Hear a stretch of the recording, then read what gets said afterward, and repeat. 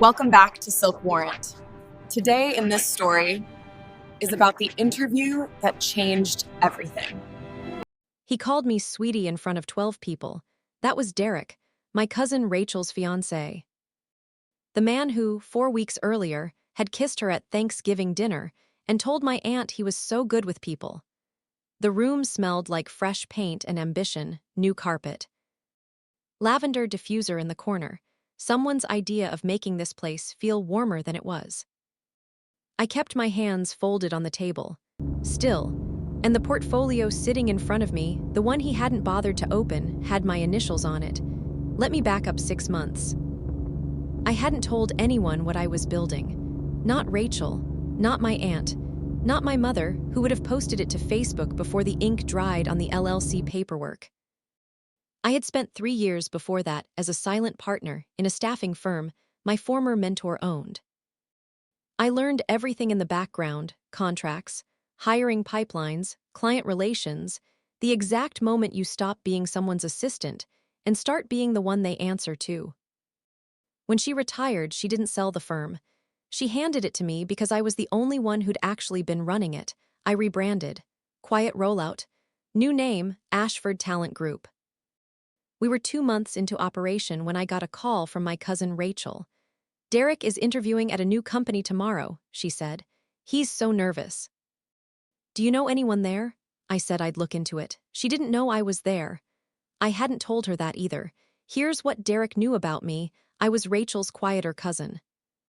The one who didn't come to family dinners much. The one who worked in HR or something. He'd met me exactly twice, once at Christmas. Once at Rachel's birthday, and both times he'd done that thing men do when they've already decided you're not interesting. Looked slightly past me, answered questions I hadn't asked, moved on. The second time, at Rachel's birthday, he'd made a joke about my apartment. Rachel had mentioned I lived alone in a 1-bedroom in Midtown. He'd said, "That's brave," and laughed, and Rachel had laughed too, and I had smiled with my mouth closed. That was the last time I saw him before the interview. Rachel texted me the night before. "He's so stressed, Mara, he really needs this." I texted back, "I know." "I'll be there." She thought I meant I'd put in a good word. I meant I would be there. In the room, at the head of the table. Our interview process is structured. My operations director, a woman named Patricia, runs the first half. She assesses culture fit, reviews the resume, checks the basics. I come in for the second half. It's always been that way. When Derek arrived, Patricia told me he came in confident. Suit pressed. Good handshake. He mentioned Rachel's name immediately, dropped it into the first 3 minutes actually. Told Patricia he had a personal connection at the company and that he was excited to get the inside track. Patricia noted it without expression. I was in my office, 2 doors down, reading his resume. It was thin. 5 years of mid-level account management, 3 companies in 4 years, no promotions listed, 2 references that both had the same area code as his mother's city. But his cover letter was polished. Someone had helped him write it.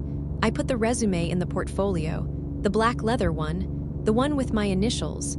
I carried it into the room with me. The conference room at Ashford has a long glass table. There are 8 chairs, but we only use 4 for interviews, 2 on each side. Patricia sits to my left. I sit at the center. Candidates sit across. I walked in while Derek was mid-sentence, talking to Patricia about his vision for client growth. He didn't look up immediately.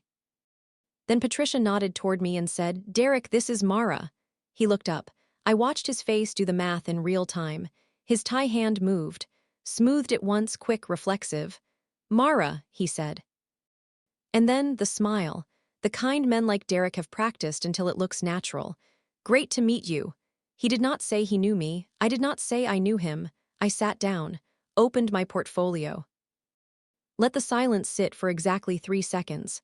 "Tell me about the gap between your second and third position," I said. The next 20 minutes were professional. I'll give him that. He answered questions. He pivoted well. He leaned forward when he thought a point landed, leaned back when he needed to recalibrate. He used phrases like scalable impact and client-centric methodology, and I thrive in ambiguity. He was performing, and he was decent at it. But twice, he did something that I noted. The first time I asked him about a specific metric, close rate on a previous account portfolio. He said a number. Then he said, "I can get you the exact figure." I nodded. He smoothed his tie.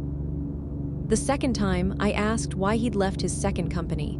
He said culture fit, smiled, and added, "I tend to outgrow places pretty quickly." He said it like it was a compliment to himself. Patricia, to her credit, wrote something down without changing her expression. I turned a page in the portfolio, and then he said it. He'd been talking about his management philosophy when he said, "Honestly, I do better when I'm not being micromanaged. I need space to operate." I found a lot of female managers have trouble with that, no offense. Patricia stopped writing. I did not move. "No offense to who?" I asked. He laughed. A small laugh calibrated to land as charm. "Just, in my experience." "Noted," I said, and I wrote something down. There's a thing that happens in interviews when the candidate realizes the room has shifted. It doesn't happen all at once. It's a slow climate change. The temperature drops by degrees, and the candidate keeps adjusting, keeps trying to warm it back up, doesn't understand why it keeps getting colder. Derek started performing harder. He mentioned Rachel again, slipped it in sideways. A casual, "My fiancé actually has family in this industry." Just to remind me, or remind the room, that he had social collateral here. That he was connected. Patricia glanced at me. I turned another page. "She mentioned it," I said. His eyes stayed on me a half-second too long. And I thought of something Rachel had told me 2 years ago when she first introduced him. "He's a closer. He always gets what he wants." What was in that portfolio should not have surprised him. But it would. After the interview, Derek was walked to the lobby by our front desk coordinator, a young man named Marcus. Marcus is the one who goes quiet. He's worked the front desk at Ashford since we opened.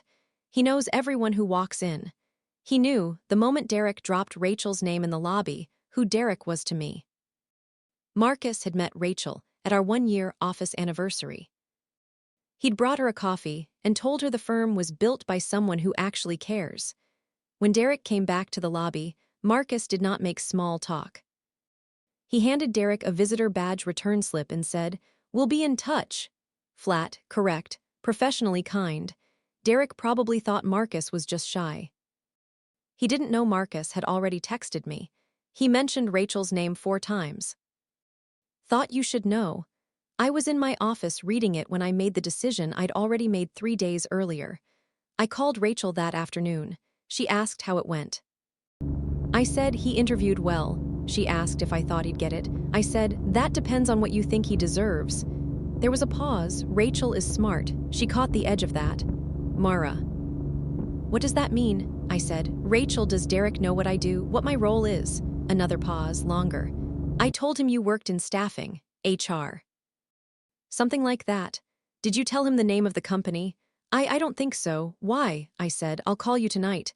And I hung up. Derek got the official follow-up email at 4:47 p.m. Standard format, our template, my name in the signature block. Mara Ashford, founder and CEO. Ashford Talent Group. I know the exact moment he opened it because Marcus, who handles our visitor follow-up log, saw the email receipt ping in our system 9 minutes after it sent. I imagine Derek read it once, then read it again. I imagine the tie smoothing was different that time, not the quick, confident stroke, the slow one. The kind you do when your hands need something to hold onto. He called Rachel within the hour. Rachel called me 2 minutes after that. I let it ring.